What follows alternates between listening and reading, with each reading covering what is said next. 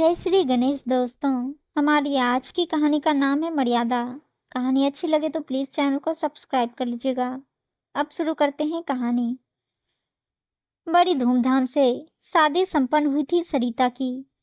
उसकी शादी चटमंगनी पट विवाह को चरितार्थ करने वाली रही। बहुत गहमा गहमी रही उसकी शादी पर। काम अधिक और समय कम था, पर सब कुछ बहुत अच्छे से हो गया। लाल जोड़े में पर इसी सुंदर लग रही थी वो। इसी सुंदरता पर ही तो अमन रिझ गया था। जब एक पारिवारिक मित्र की शादी में उसने सरिता को देखा था। सरिता शादी होकर ससुराल आ गई। वरमाला फेरे की गहमा गहमी में वह कम ही लोगों को देख पाई थी। वैसे भी दुल्हन कहाँ किसी को देखती है।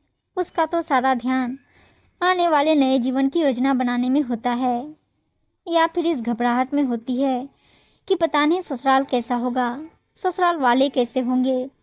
अब जब घर आ गई तो गृह प्रवेश के समय उसने ध्यान दिया। एक चेहरा पुराना जाना पहचाना सा लगा। Oh no! और ये क्या? सरिता का दिल बैठने लगा। नहीं, ये कैसे हो सकता है? पर नहीं, आंखों का भ्रम नहीं था, हकीकत में ही वही था। ये इन लोगों का कौन लगता होगा और यहाँ क्या कर रहा है? अब क्या होगा? जैसे सैकड़ों सवाल हथौड़े की तरह उसके दिमाग में बजने लगे।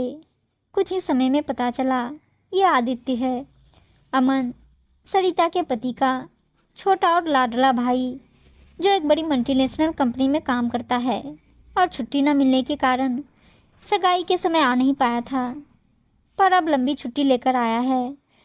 इससे घर पर पापा और भाई के काम में हाथ भी बटा पाएगा और अपनी नई नवेली भाभी जी के साथ समय भी गुजार लेगा।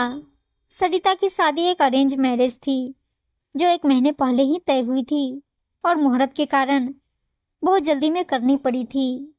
सरिता हमेशा से ही एक कम बोलने वाली और अपने काम से काम रखने वाली लड़की रही है। उसने कॉलेज टाइम से ही जैसे कसम खा रखी थी कि लड़कों से ना कोई दोस्ती करेगी, ना ही ज़्यादा मतलब रखेगी। उसके नज़रिए में प्यार मोहब्बत के अफसाने बेवकूफ़ी के सिवा कुछ नहीं थे, और उसने वो बेवकूफ़ी ना करने की ठानी थी। आदित्य से उसकी मुलाकात एक 15 दिवसीय कैंप के दौरान हुई थी। उन दिनों आदित्य उसके लगभग पीछे ही पड़ गया था। नए नए कॉम्प्लीमेंट्स देना, फिल्मी डायलॉग, गाने सुनाना, सब कुछ आजमाया था उसने सरिता को प्रभावित करने के लिए। पर सरिता तो सरिता ठहरी, सब हल्की मुस्कान के साथ उड़ा देती। इस तरह से उसने आदित्य के मंसूबा पर पानी फेर दिया, जिसका आदित्य को बहुत बुरा भी लगा था। पर एक तो एक तरफा प्यार, ऊपर से समय की कमी, इसलिए वो चाहकर भी कुछ कर ना पाया। इस तरह से इस एक तरफा शॉर्ट लव स्टोरी का अंत हो गया। अब उसी आदित्य को यहाँ अपने देवर के रूप में सामने पाकर उसे समझ ही नहीं आ रहा था कि वो क्या करे। कहीं ऐसा ना हो आदित्य अब तक उस बात को दिल से लगाकर बैठा हो, कहीं वो मेरे लिए उल्टा सीधा तो ना बोल देगा घर में।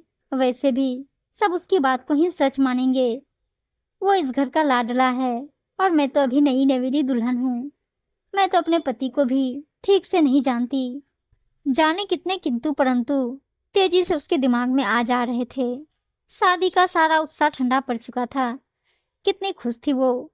हर कोई उसके ससुराल की तारीफ करता था, तो उसका भी मानना था कितने लोग तारीफ कर रहे हैं तो अच्छे ही लोग होंगे। और एक लड़की को ससुराल और पति दोनों ही अच्छे मिल जाएं, ये तो सौभाग्य से ही संभव है। पर अब सब कुछ व्यर्थ लग रहा था उसे। अब मैं किससे कहूँ और क्या कहूँ? कुछ था भी तो नहीं। पर अगर आदित्य ने कुछ भी कह दिया तो मैं क्या करूँगी? इसी उधेड़ बुन में दिन निकल गया। उसे कुछ अच्छा न लग रहा था। वो उदास थी, पर इस उदासी का कारण सब लोग नई जगह को मान रहे हैं। कोई नहीं समझ रहा कि उसके अरमानों पर पानी फिर गया है। कोई उसकी उलझन को नहीं समझ सकता, जो काम उसने किया ही नहीं।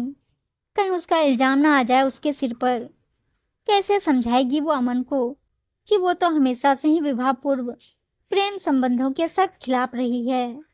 ऐसा कुछ भी नहीं था हम दोनों के बीच। विचार थे कि जैसे खत्म होने का नाम ही नहीं ले रहे थे। रात को सब रस्मों रिवाज निभाने के बाद सोने के लिए अपने निर्धारित कमरे में गई। अमन का व्यवहार बहुत अच्छा था।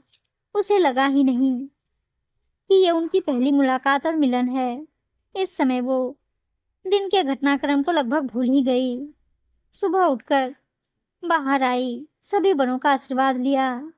सरिता जब तक नहा धोकर आई, आदित्य सोकर उठ चुका था। उसने भाभी जी के पैर छूकर आशीर्वाद मांगा। हाथ अपने आप उसके सिर तक पहुंच गया।